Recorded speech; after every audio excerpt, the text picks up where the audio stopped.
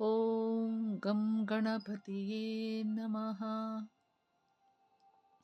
ನಾವು ಯಾವುದೇ ಕೆಲಸವನ್ನು ನೂತನವಾಗಿ ಆರಂಭ ಮಾಡಬೇಕಾದ್ರೆ, ಪೂಜೆ ಇರಲಿ ಅಥವಾ ವ್ಯಾಪಾರ ಉದ್ದಿಮೆ ಇರಲಿ, ಪ್ರಾರಂಭಿಸಬೇಕಾದರೆ ಮೊದಲು ವಿಘ್ನೇಶ್ವರನನ್ನು ಪೂಜಿಸುತ್ತೇವೆ. ಯಾಕೆಂದರೆ ನಾವು ಮಾಡುವ ಕೆಲಸದಲ್ಲಿ ಯಾವುದೇ ವಿಘ್ನಗಳು ಬಾರದೇ ಇರಲಿ ಅಥವಾ ಬಂದಂಥ ವಿಘ್ನಗಳು ಬೇಗನೆ ಪರಿಹಾರವಾಗಲಿ, ಆ ಕೆಲಸದಲ್ಲಿ ಯಶಸ್ಸು ಸಿಗಲಿ ಅನ್ನುವ ನಂಬಿಕೆಯಿಂದ. ಹೀಗೆ ಪೂಜಿಸುವಾಗ ಹಲವಾರು ಶ್ಲೋಕಗಳನ್ನು, ಮಂತ್ರಗಳನ್ನು ಪಠಿಸುತ್ತೇವೆ. ಈ ಶ್ಲೋಕಗಳನ್ನು 21 ಸಾರಿ ಹೇಳುವುದರಿಂದ ಅಥವಾ 21 ಸಾರಿ ಕೇಳುವುದರಿಂದ ಪೂಜೆಯು ಹೆಚ್ಚು ಫಲಪ್ರದವಾಗುತ್ತದೆ ಎನ್ನುವ ನಂಬಿಕೆ. ಈ ದಿನ ನಾನು ಗಜಾನನಂ ಭೂತಗಣಾಧಿಸೇವಿತಂ ಕಪಿತ್ತ ಜಂಬೂ ಫಲಸಾರ ಭಕ್ಷಿತಂ ಉಮಾಸುತಂ ಶೋಕ ವಿನಾಶ ಕಾರಣಂ ನಮಾಮಿ ವಿಘ್ನೇಶ್ವರ ಪಾದ ಪಂಕಜಂ. ಈ ಶ್ಲೋಕವನ್ನು 21 ಸಾರಿ ಪಠಿಸುತ್ತೇನೆ. ಇದರ ಅರ್ಥ: ಆನೆಯ ಮುಖವುಳ್ಳವನೇ, ಜಂಬೂ ನೇರಳೆ ಹಣ್ಣನ್ನು ಸೇವಿಸುವವನೇ ಮತ್ತು ಪಾರ್ವತಿ ಪುತ್ರನೇ, ಶೋಕವನ್ನು ನೀನು ನಾಶ ಮಾಡುವವನೇ, ನಿನ್ನ ಪಾದಕಮಲಗಳಿಗೆ ನಮಿಸುತ್ತೇನೆ ಅಂತ ಇದರ ಶ್ಲೋಕದ ಅರ್ಥ. ಗಜಾನನಂ ಭೂತಗಣಾಧಿಸೇವಿತಂ ಕಪಿಸ್ತಜಂಬೂಫಲಸಾರಭಕ್ಷಿತಂ ಉಮಾಸುತಂ ಶೋಕವಿನಾಶಕಾರಣಂ ನಮಾಮಿ ವಿಘ್ನೇಶ್ವರ ಪಾದಪಂಕಜಂ. ಗಜಾನನಂ ಭೂತಗಣಾಧಿಸೇವಿತಂ ಕಪಿತ್ತಜಂಬೂಫಲಸಾರಭಕ್ಷಿತಂ ಉಮಾಸುತಂ ಶೋಕವಿನಾಶಕಾರಣಂ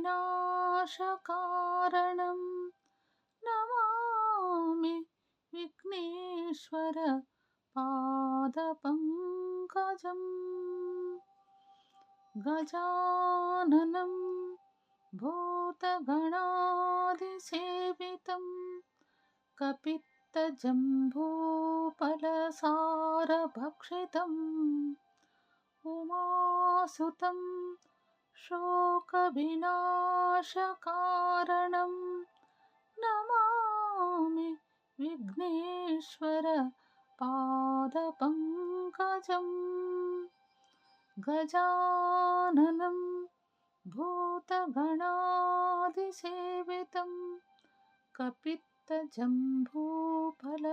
ಕಪಿತ್ತಜಂಬೂಫಲಸಾರಭಕ್ಷಿತಂ ಉಮಾಸುತಂ ಶೋಕವಿನಾಶಕಾರಣಂ ನಮಾಮಿ ವಿಘ್ನೇಶ್ವರ ಪಾದಪಂಕಜಂ.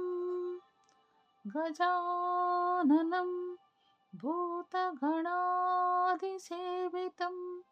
ಕಪಿತ್ತಜಂಬೂಫಲಸಾರಭಕ್ಷಿತಂ ಉಮಾಸುತಂ ಶೋಕವಿನಾಶಕಾರಣಂ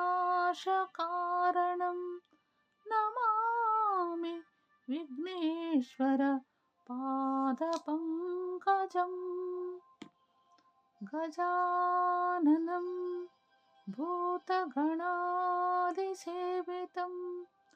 ಕಪಿತ್ತಜಂಬೂಫಲಸಾರಭಕ್ಷಿತಂ ಉಮಾಸುತಂ ಶೋಕವಿನಾಶಕಾರಣಂ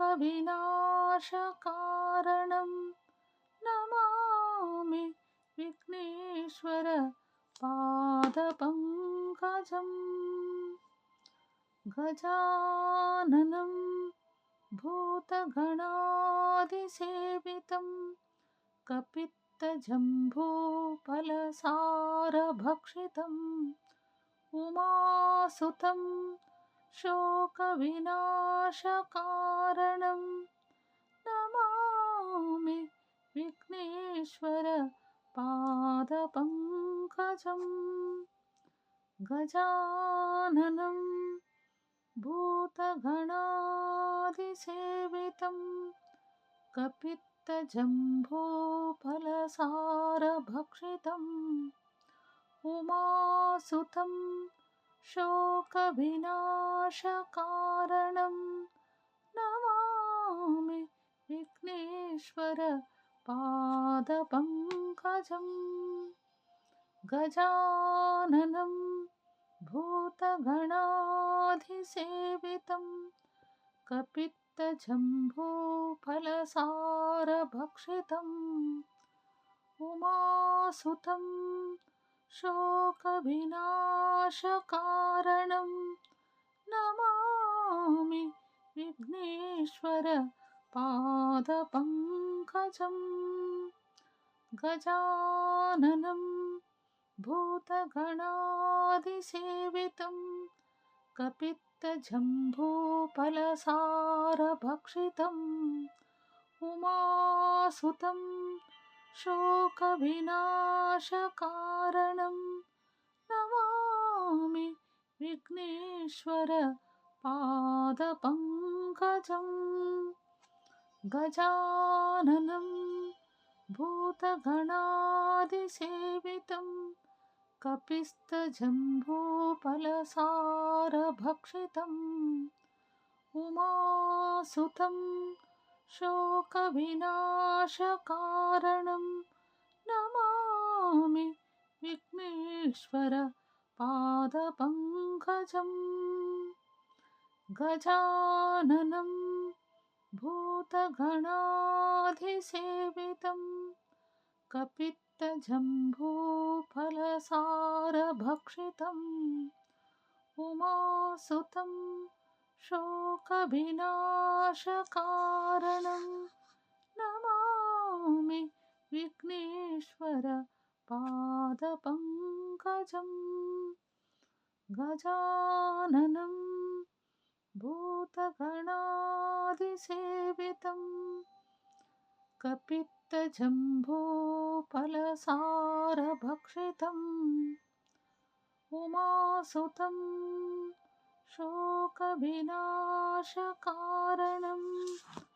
नमामि विघ्नेश्वर पादपङ्कजम् गजाननं भूतगणाधिसेवितं कपित्तजम्बूफलसारभक्षितम् उमासुतं शोकविनाशकारणं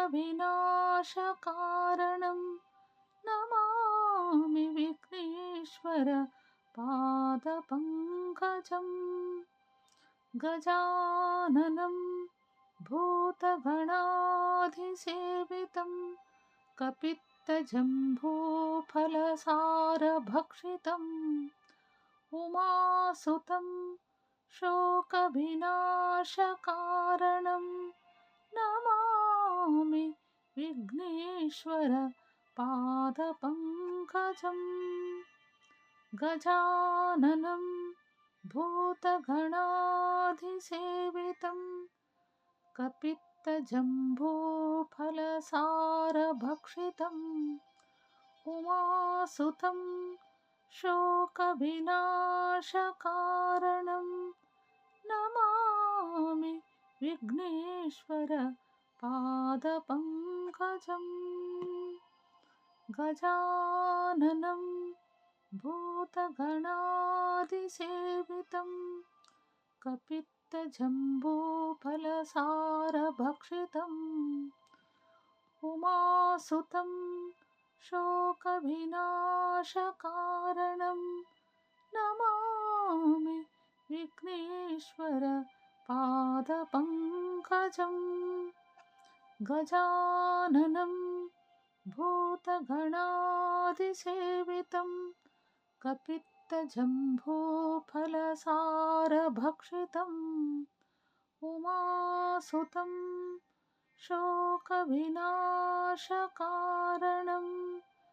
नमामि विघ्नेश्वर पादपङ्कजम् गजाननं भूतगणाधिसेवितं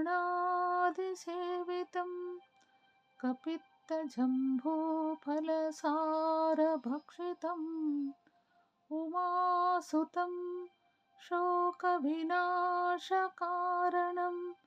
नमामि विघ्नेश्वर पादपङ्कजम् गजाननं भूतगणाधिसेवितं कपित्तजम्बूफलसारभक्षितम् उमासुतं शोकविनाशकारणं नमामि विघ्नेश्वर पादपङ्कजम् गजाननं भूतगणाधिसेवितं कपित्तजम्बूफलसारभक्षितम् उमासुतं शोकविनाशकारणं नमामि विघ्नेश्वर पादपङ्कजम्।